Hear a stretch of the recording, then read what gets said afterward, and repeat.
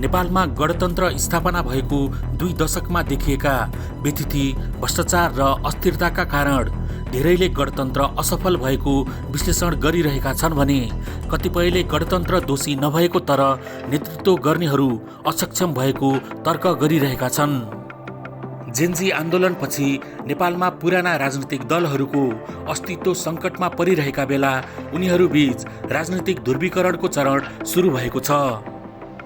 तर राजनीतिक आस्थाका आधारमा, विश्वव्यापी मान्यता अनुसार लेफ्ट, राइट वा सेन्टरका आधारमा दलहरूले आफ्नो वैचारिक आधार स्पष्ट गर्नुपर्नेमा नेपालमा भने दलहरूको चरित्रले त्यसो हुन सकिरहेको छैन।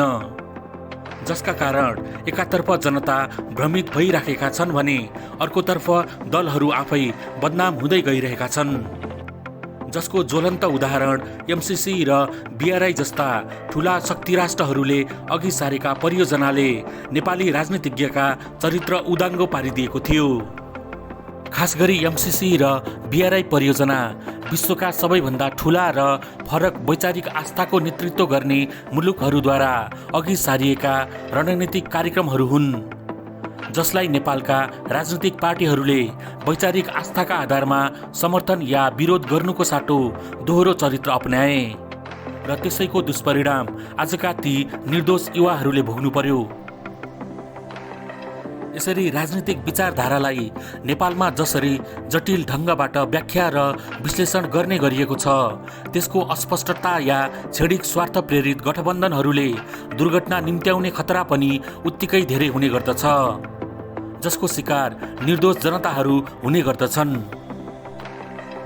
यसरी युवाहरूको जेनजी आन्दोलनले तत्कालीन 2/3 ओली सरकारलाई घुँडा टेकाउन त सफल भयो, तर छुट्टै दल या सङ्गठनको अभावका कारण जेनजी आन्दोलनका अगुवाहरूमा एकता हुन सकेन, जसका कारण उक्त आन्दोलनको ठोस उपलब्धिको मूल्याङ्कन गर्न अब चुनाव नै कुर्नुपर्ने भएको छ।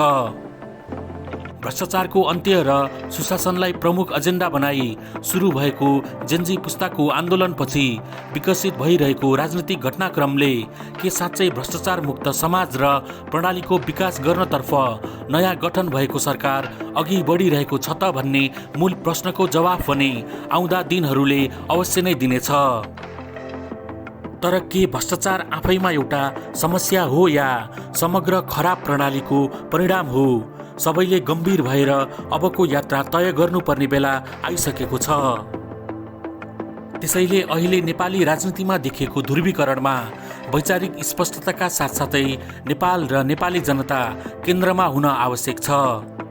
तर फेरि पनि निर्दोष जनताका भावनामाथि कुनै खेलवाड गर्ने तथा राजनीतिलाई निहित क्षणिक स्वार्थ पूर्ति गर्ने हतियारको रूपमा प्रयोग गर्ने दोहोरो चरित्र अपनाएमा जुन असङ्गठित जेनजी विद्रोह नेपालमा भयो, अब त्यो सङ्गठित रूपमा दोस्रो जेनजी आन्दोलनको स्वरूप लिनेछ, जसको परिणाम पक्कै पनि योभन्दा भयानक हुनेछ। खास गरी जेनजी आन्दोलनमा देखिएको भिड कुनै वैचारिक समूहहरूको भिड थिएन, जसका कारण उनीहरूले सरकार निर्माणदेखि देशलाई योजनाबद्ध रूपमा दिशानिर्देशन गर्न सक्ने कुनै वैचारिक स्पष्टता प्रदान गर्न सकेनन्। त्यसैको फलस्वरूप देशको शीर्ष राजनीतिक संरचनामा जेनजी प्रतिनिधित्व शून्य प्राय भयो र उनीहरू सरकार बाहिर बसी पुराना राजनीतिक पार्टीहरूलाई राजनीतिमा पुनः सक्रिय हुन नदिन देशभरि विरोध प्रदर्शन गर्ने एक जत्थाको रूपमा मात्र प्रयोग भइरहेका छन्। यति बेला 50औंको सङ्ख्यामा रहेका विभिन्न जेनजी समूहहरूसँग सरकारले वार्ता जारी राखेको छ र कुनै साझा समझदारीको मस्यौदा बनाउने तयारी पनि गरिरहेको छ, जसले जेनजी आन्दोलनका मागहरू जनतामाझ स्पष्ट हुँदै पनि जानेछ। नेपालमा फागुन 27 गते हुने भनिएको चुनावले के जेनजी आन्दोलनले ल्याएको परिवर्तनलाई सम्बोधन गर्न सक्ला या पुरानै प्रवृत्तिको निरन्तरता होला, आज आम जनमानसको चासोको विषय बनिरहेको छ। खास गरी जेनजी पुस्ताले सुरु गरेको विद्रोहको श्रृङ्खला श्रीलङ्का, बङ्गलादेश हुँदै पछिल्लो समय नेपाल पनि त्यसको साक्षी बन्न पुग्यो र त्यसपछि विकसित भइरहेको राजनीतिक घटनाक्रमले नेपाल पनि बङ्गलादेशको यात्रातर्फ उन्मुख भइरहेको सङ्केत गरिरहेको देखिन्छ। हालै बङ्गलादेशमा सन् 2024मा भएको विद्यार्थी आन्दोलनका मागहरूलाई सम्बोधन गर्न मोहम्मद युनुसको सरकारले जुलाई चार्टर नामको मस्यौदा तयार गर्यो, जसले देशको समग्र राजनीति र संरचनागत संस्थाहरूलाई पुनर्संरचना गर्ने प्रावधानहरू समावेश गरेको छ। साथै उक्त मस्यौदा कार्यान्वयन गर्न जनमत संग्रह गर्ने निर्णय पनि लिएको छ। विशेष गरी नेपालमा पनि विभिन्न मुद्दाहरूमा जनमत संग्रहको माग उठ्दै आइरहेको छ। खास गरी नेपालमा राजसंस्थाको पुनर्स्थापनाका लागि जनमत संग्रहको माग राख्नेहरू एकातर्फ छन् भने धर्मनिरपेक्षताका विषयमा पनि जनमत संग्रहको माग राख्ने अर्को ठूलै तबका छ। त्यस्तै संघीयताको खारेजीका विषयमा पनि बेला बेलामा माग उठिरहेका छन्। विशेष गरी यी तीनवटै विषयहरू नेपालमा 2062-63 को जनआन्दोलनका प्रमुख उपलब्धिको रूपमा हेर्ने गरिएको थियो। अहिले नेपालका राजनीतिक दलहरूसँग आगामी निर्वाचनमा जनतामाझ जानका लागि कुनै ठोस विषय नरहेको अवस्थामा संविधानमा रहेका विषयहरू गणतन्त्र, धर्मनिरपेक्षता, संघीयता लगायत प्रत्यक्ष निर्वाचित कार्यकारी र पूर्ण समानुपातिक संसदीय प्रणाली जस्ता प्रावधानहरूमाथि जनमत संग्रहमा जाने सम्भावना बढेर गएको छ। तर गत भदौ 23 र 24 गते भएको जनजी आन्दोलनका मागहरू भने अझै स्पष्ट भइसकेका छैनन्। त्यसैले नेपालमा हुने भनिएको आउँदो चुनावमा जनमत संग्रहको विषयले प्रवेश गर्ने धेरैले आकलन गर्न थालिसकेका छन् र के कस्ता मुद्दामा जनमत संग्रह हुनेछ त्यो भने आउँदो समयले नै बताउनेछ।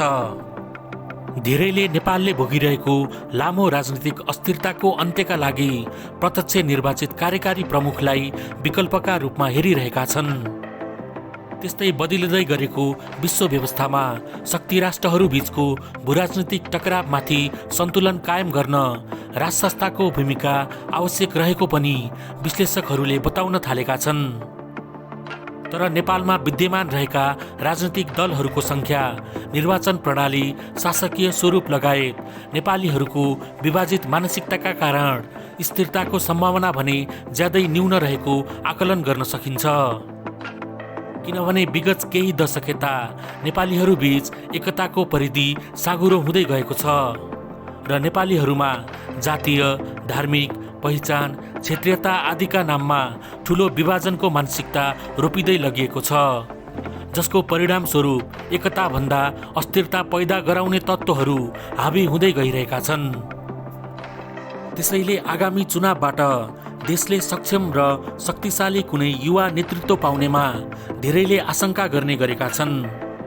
त्यस्तै यही अस्थिरता लम्बिँदै गएमा नेपालमा कुनै गृहयुद्धको समेत सम्भावना बढ्दै जाने खतरा भएको विश्लेषकहरूले बताउने गरेका छन्।